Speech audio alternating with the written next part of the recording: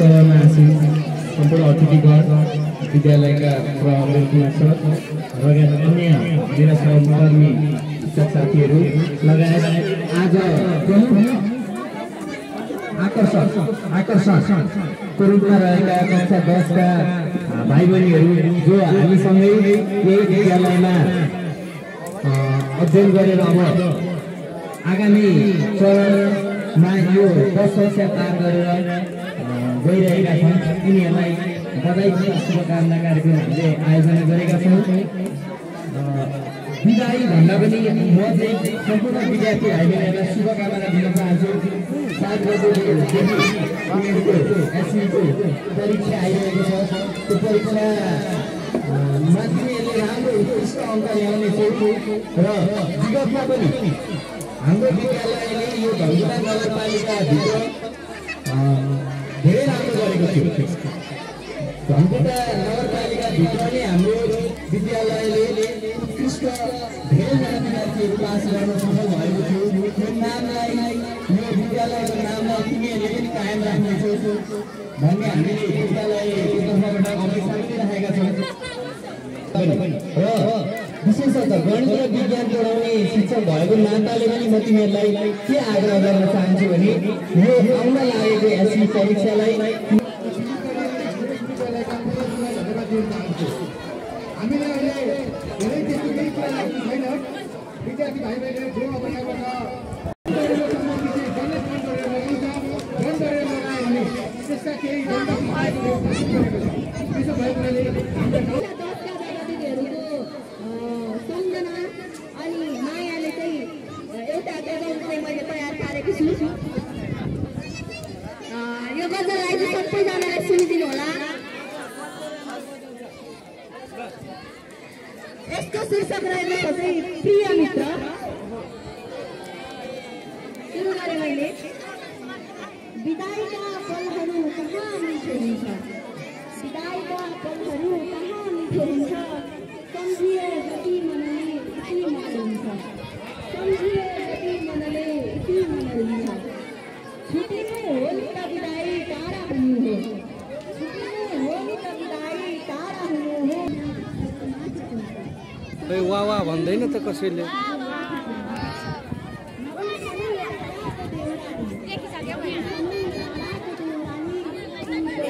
केटीहरूले वाह वाह भन्दैन त।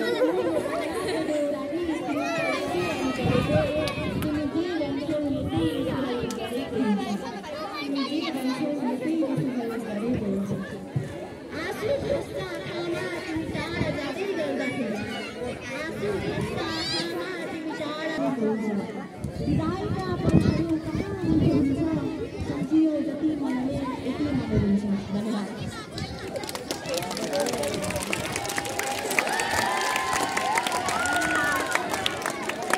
अबको कक्षा 10 को विदाई कार्यक्रमको लागि चाहिँ हाम्रो समग्र कक्षा 9 मा राम्रो प्रतिनिधित्व गर्दै आफ्नो सुमधुर स्वरले सङ्गीतको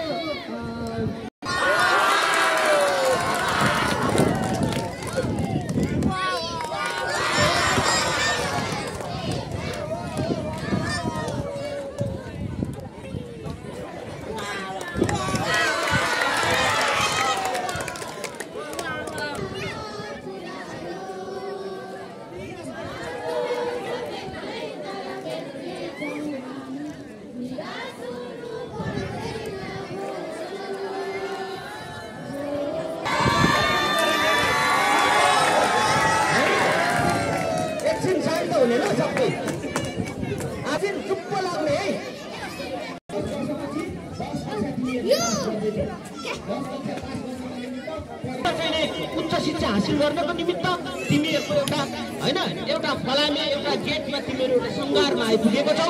यो आइपुगेको दिनलाई सेलिब्रेट गर्नको निमित्त आज कक्षा 9 का भाइ बहिनीहरूले तिमीहरूका साथी अथवा तिमीहरूका भाइ बहिनीहरूले आयोजना गरेको यो फेयरवेल प्रोग्राममा सहभागी हुनु भनेको एउटा महत्त्वपूर्ण कार्यक्रम हो।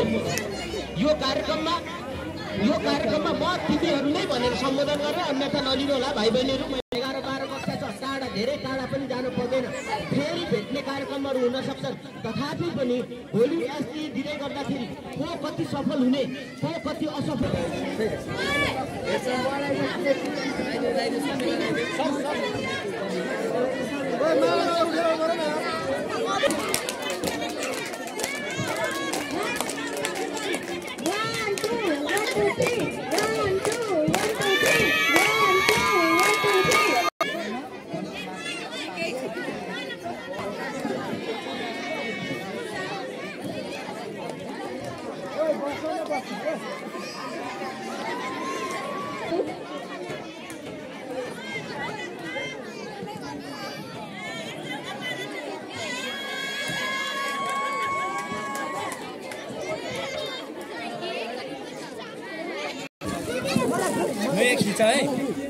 ल सर ल धन्यवाद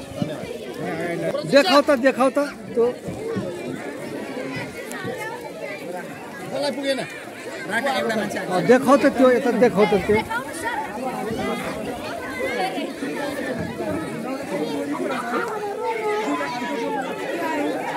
सबैले खोलेर अगाडि राख सबैले खोलेर अगाडि राख सबैले खोलेर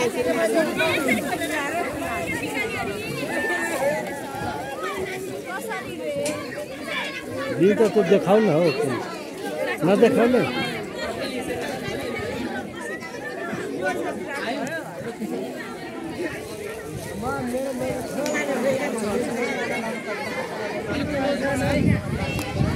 यस कार्यक्रमलाई विधिवत रूपमा अगाडि बढाउँदै आफ्नो विद्यार्थीहरूलाई शुभकामना मन्तव्य